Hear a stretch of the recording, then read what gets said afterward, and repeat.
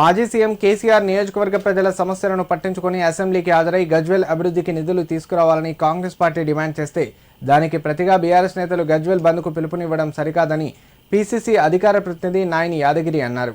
ప్రజా సమస్యలు పరిష్కరించాలని కోరడమే తప్పైతే ప్రజాస్వామ్యం అర్థమేంటని ప్రశ్నించారు. సిద్దిపేట జిల్లా గజ్వేల్ పట్టణంలోని మాజీ ఎమ్మెల్యే నర్సారెడ్డి నివాసంలో నిర్వహించిన మీడియా సమావేశంలో ఆయన బీఆర్ఎస్ నేత ప్రతాప్ రెడ్డిపై తీవ్ర స్థాయిలో విమర్శలు గుప్పించారు. గతంలో టీడీపీ నుంచి పోటీ చేసి ఓడిపోయిన ప్రతాప్ రెడ్డి ఆ తర్వాత కాంగ్రెస్లో చేరి గజ్వేల్ ఎమ్మెల్యేగా పోటీ చేసి అక్కడ కూడా ఓడిపోయాడని గుర్తు చేశారు. ఆ తర్వాత బీఆర్ఎస్ పార్టీలో చేరి కార్పొరేషన్ పదవి పొందిన ప్రతాప్ రెడ్డి ఇప్పుడు మళ్లీ రాజకీయ లాభం కోసం కేసీఆర్ పేరును వాడుకుంటున్నాడని ఆరోపించారు. సీఎం రేవంత్ రెడ్డిని విమర్శించే స్థాయి ప్రతాప్ రెడ్డిది కాదని, రాబోయే రోజుల్లో ప్రజలే ఆయనకు తగిన గుణపాఠం చెప్తారన్నారు.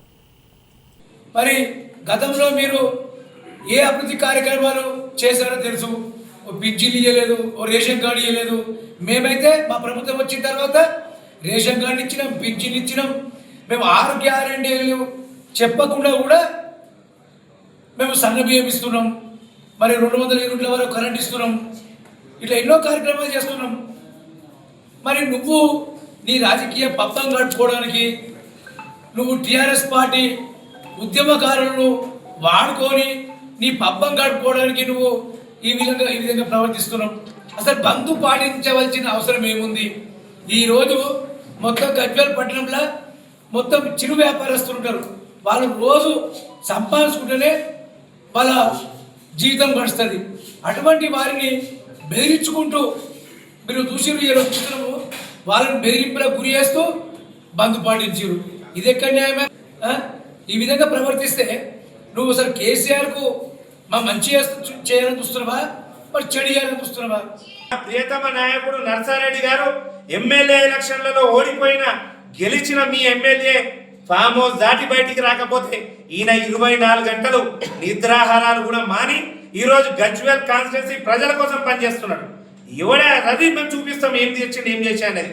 ఈరోజు తూప్రాన్ మున్సిపాలిటీకి 15 కోట్లు తెచ్చిండు. స్పెషల్ డెవలప్మెంట్ ఫండ్ కింద దాదాపు 10 కోట్ల రూపాయలు మన గజ్వేల్ మున్సిపాలిటీకి తీసుకొచ్చిండు. అలాగే ఈరోజు రాష్ట్ర వ్యాప్తంగా ఏవైతే తెలంగాణ ప్రభుత్వం మన రేవంత్ అన్న ప్రభుత్వం ప్రతిష్టాత్మకంగా పబ్లిక్ స్కూల్స్ ఏవైతే నేషనల్ లెవెల్ పబ్లిక్ స్కూల్స్ వస్తున్నాయో అది మన గజ్వేల్ కాన్స్టిట్యున్సీలో తూప్రాన్కి శాంక్షన్ చేయించిన ఘనత ఈరోజు మన నర్సన్నది. అలాగే మా జిల్లా అధ్యక్షురాలు ఆంక్షరెడ్డి గారి దానికి దాదాపు 16 కోట్ల రూపాయలు శాంక్షన్ చేయించారు. దాంతో పాటు ఇంటిగ్రేటెడ్ స్కూల్ ఈరోజు మీరు గతంలో చూసినట్టయితే కేసీఆర్ ముఖ్యమంత్రిగా ఉన్నా కూడా మన గజ్వేల్ ప్రాంతానికి రావాల్సిన మెడికల్ కాలేజ్ సిద్దిపేటకి పోతుంది. మన గజ్వేల్ రెవెన్యూ డివిజన్గా ఉన్న మన ఏరియాలో రావాల్సిన కలెక్టర్ ఆఫీస్ సిద్దిపేట పొలిమేరకు పోతుంది. కమిషనరేట్ సిద్దిపేట పొలిమేరకు పోతుంది. ఎల్వి ప్రసాద్ హాస్పిటల్ సిద్దిపేట పొలిమేరకు పోతుంది. ఈరోజు గజ్వేల్లో చేసిన పాపం ఏంది? కేసీఆర్ని గెలిపించడమా? ఈరోజు కేసీఆర్ ఎమ్మెల్యేగా ఉండి పని చేయకపోయినా మా మాజీ ఎమ్మెల్యే నర్సారెడ్డి గారు దాదాపు 200 కోట్ల రూపాయల విలువ చేసే ఇంటర్నేషనల్ స్కూల్ ఈరోజు కొండపాక ప్రాంతంలో శాంక్షన్ చేయించారు. అది మా నాయకుల గొప్ప